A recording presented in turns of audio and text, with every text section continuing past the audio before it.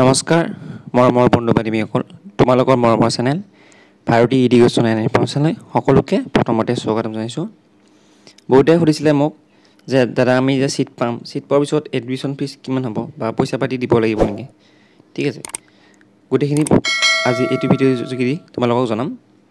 প্ৰথমে তোমালোকে নিশ্চয় স্ক্ৰীণত দেখিবলৈ পাইছা এডমিশ্যন ফিজ তোমালোকৰ যোনসকল ছাত্ৰ ছাত্ৰীয়ে NCBT আৰু SCBT টেটত ডাইৰেক্ট চিট পাব।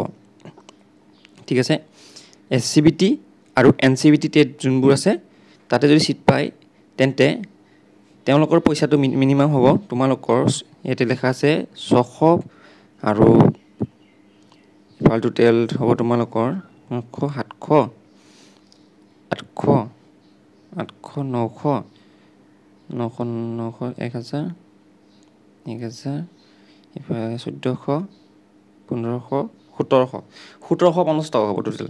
ঠিক আছে, যোনসকলৰ NCBT আৰু SCBT টেটত মানে গভৰ্ণমেণ্ট যোনবোৰ ITI হয়, যদি কোনোবাই SCBT আৰু NCBT টেটত ডাইৰেক্ট চিট পায়, ঠিক আছে গভৰ্ণমেণ্ট ITI তেন্তে তোমালোকৰ পইচা হ'ব 1700 টকা এক বছৰত।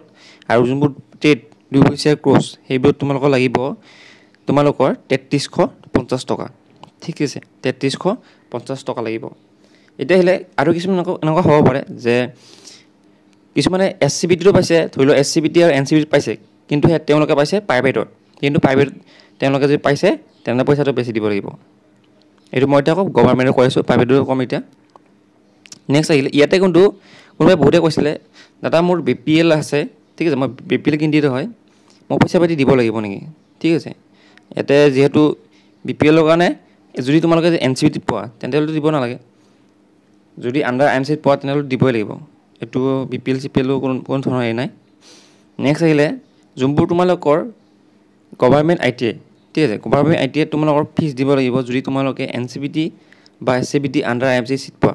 ঠিক আছে, NCBT আণ্ডাৰ IMC বা SCBT আণ্ডাৰ IMC যদি কোনোবা চিট পোৱা তেনেহ'লে গভৰ্ণমেণ্টত তোমালোকৰ পইচা হ'ব চাই লোৱা স্ক্ৰীণত। ইয়াতে যোনবোৰ ইঞ্জিনিয়াৰিং কোৰ্চ আৰু যোনবোৰ নন ইঞ্জিনিয়াৰিং কোৰ্চ হয়, ইয়াতে ইঞ্জিনিয়াৰিং কোৰ্চ বুলি ক'লে তোমালোকৰ এক বছৰ লাগিব 16,000 পৰা 33,000 টকাৰ ভিতৰত। ঠিক আছে, এক বছৰত 16,000 টকা, আৰু যোনবোৰ 2 বছৰ টেট আছে সেইবোৰ তোমালোকৰ লাগিব 33,000 টকা।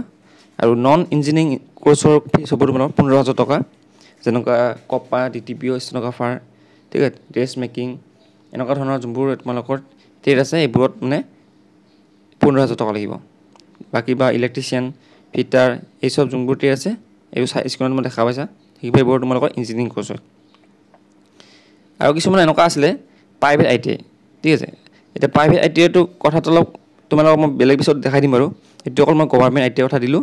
প্ৰাইভেট ITI এইখিনি নহয়, নেক্সট এটা ভিডিঅ'ত পাবা প্ৰাইভেট ITI কিমান ফিজ লাগে। এতিয়া তোমালোকে পাৰা যদি গভৰ্ণমেণ্টত চইচ কৰিবা, নেক্সট এটা ভিডিঅ' পাবা, আৰু এটা ভিডিঅ' পাবা আজি সন্ধিয়া পাবা। সেইটো ভালদৰে মই কিবা এটা টপিক আনি আছোঁ, বা টপিকটো বাৰু এতিয়া নকওঁ কি টপিক, কিন্তু ভাল টপিক এটা আহি আছে। যে ভিডিঅ'টো চাই যদি ভাল লাগিছে লাইক কমেণ্ট কৰিবলৈ নাপাহৰিবা। ধন্যবাদ।